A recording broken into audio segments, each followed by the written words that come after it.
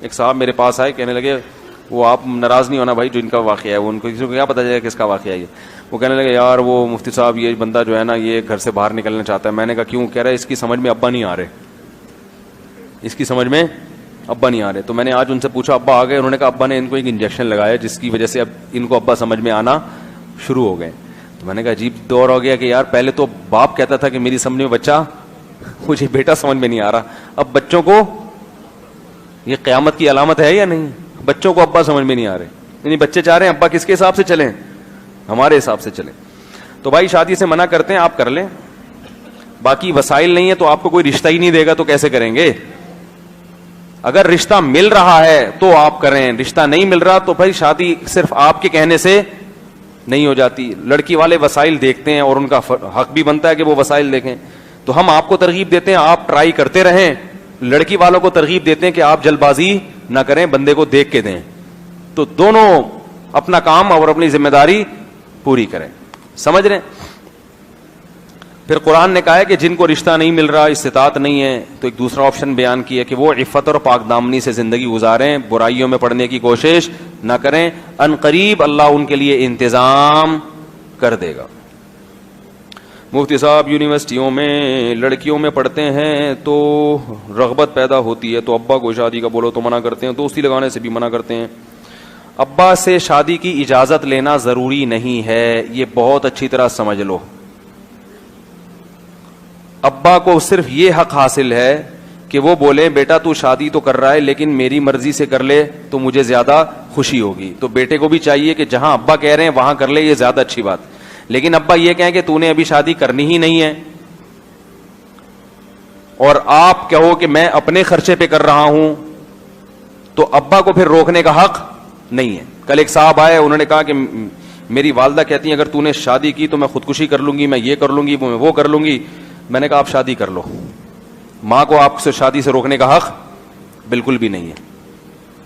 یہ میں اس لیے بتا رہا ہوں کہ والدین کی بھی ایک کیا ہے باؤنڈری, اور وہ لڑکا گناہوں میں, مجھے پتا ہے وہ جا رہا ہے گناہوں میں, زنا کی طرف جا رہا ہے.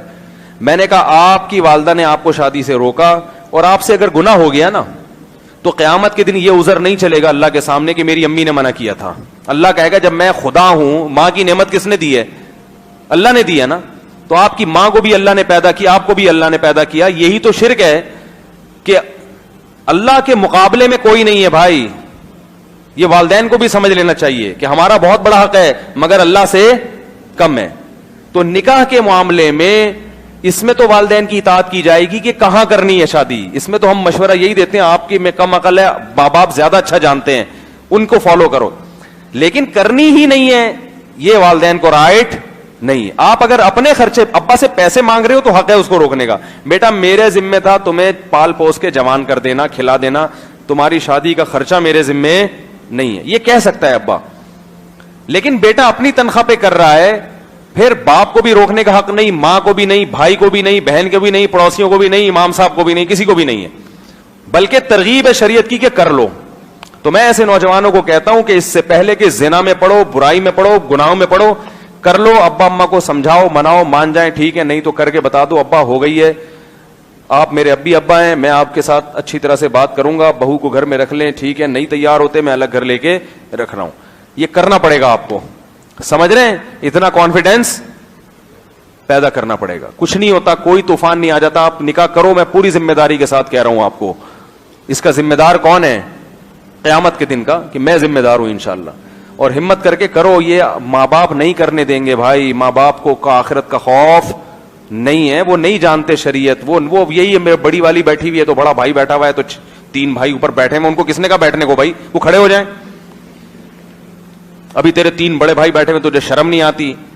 ان سے بولو اماں مجھے اکیلے گھومتے ہوئے شرم آتی ہے, اور مجھے جو ہے نا یونیورسٹیوں کا ماحول کیسا ماحول ہے, کیا حالات ہیں, اس میں اپنے آپ کو گناہوں میں دھکیل رہے ہو. ایک دفعہ زنا میں پڑ گئے پھر اس دلدل سے نکلتا نہیں ہے انسان. ماں باپ کو تو پتہ ہی نہیں ہے, وہ تو ہمیں پتہ ہے والدین کی اولادوں کے حالات کیا چل رہے ہیں. اگر ان کے ماں باپ کو بتا دے وہ تو ٹینشن سے مر جائیں کہ ہمارے بچوں کی حرکتیں کیا ہیں. تو ان کو پتہ ہی نہیں ہے, پرانے ہو گئے بےچارے, اللہ ان کو اور عمریں لمبی عطا فرمائے. وہ اپنے زمانے کے لحاظ سے دیکھ رہے ہیں کہ وہ جب ہمارے ہم کو تو ابا پہلے کیا ہوتا تھا, ابا بیٹے سے کہتے تھے بیٹا شادی کر لو, بیٹا 6 مہینے تک شرماتا رہتا تھا.